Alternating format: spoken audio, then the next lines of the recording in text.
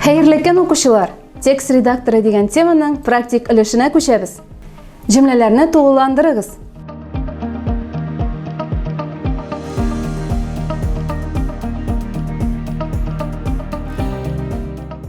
Текст документлары тезергә, редакцияләргә, документны экранда карап чыгарга, бастырырга мөмкинлек бирүче гамәли программа текст редакторы дип атала. Текстны форматлау, графика өстәү, дөрес язылышны тикшерү мөмкинлекләренең күбрәк булуы белән текст процессорлары текст редакторларыннан аерылып тора. Бик дөрес. Икенче бирем. Халат юлында нинди мәгълүмат бар?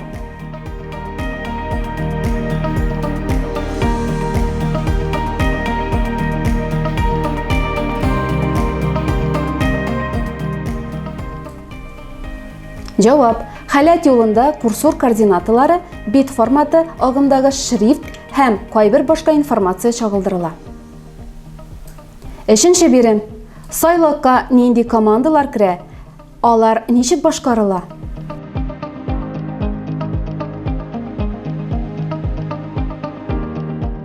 Җавап. Теләсә нинди текст редакторы өчен экранда редактор белән идарә итү командалары сайлагы булу хас. Бу эш режимнарын үзгәртә. Файл гамәлләре, бастыру, текст форматлау, белешмәгә мөрәҗәгать итү һәм башка командалар. Сайлак текст формасында да, пиктографик формада да булырга мөмкин. Шуның белән укучылар дәресебез тәмам. Киләсе очрашуларга кадәр сау булыгыз.